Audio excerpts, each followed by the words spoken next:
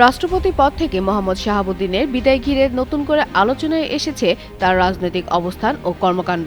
শুক্রবার তার পদত্যাগপত্র গ্রহণের মধ্য দিয়ে দায়িত্ব ছাড়েন তিনি। এরপর থেকেই কেন তাকে সরে যেতে হলো তা নিয়ে রাজনৈতিক অঙ্গনে শুরু হয়েছে নানা আলোচনা। এরই মধ্যে তার বিরুদ্ধে ওঠা একটি অভিযোগ সবচেয়ে বেশি আলোচনায় এসেছে যে অসুস্থতার কারণে বিদেশে সফরের কথা বলা হলেও পলাতক সাবেক প্রধানমন্ত্রী শেখ হাসিনার সঙ্গে নিয়মিত যোগাযোগ করতেন তিনি, আর এটি সরকারের আস্থায় বড় ধরনের প্রভাব ফেলেছিল। নন ইনভার্টার এসির দামে ঘরে আনুন বিদ্যুৎ সাশ্রয়ী ইনভার্টার এসি।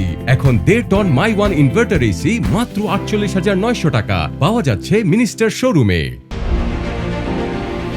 একাধিক সূত্রের দাবি, চিকিৎসার জন্য লন্ডনে অবস্থানকালে শেখ হাসিনার সঙ্গে ফোনে কথা বলেন মোহাম্মদ শাহাবুদ্দিন। শুধু বিদেশে নয়, দেশে ফেরার পরও তাদের মধ্যে একাধিকবার যোগাযোগ হয়েছে বলে অভিযোগ রয়েছে। সংশ্লিষ্ট সূত্রগুলোর ভাষ্য, এই বিষয়ে গোয়েন্দা সংস্থাগুলোর কাছে কিছু তথ্য সরকারের শীর্ষ পর্যায়ে পৌঁছেছে, তবে এসব অভিযোগের পক্ষে সরকারিভাবে কোনো তথ্য প্রকাশ করা হয়নি।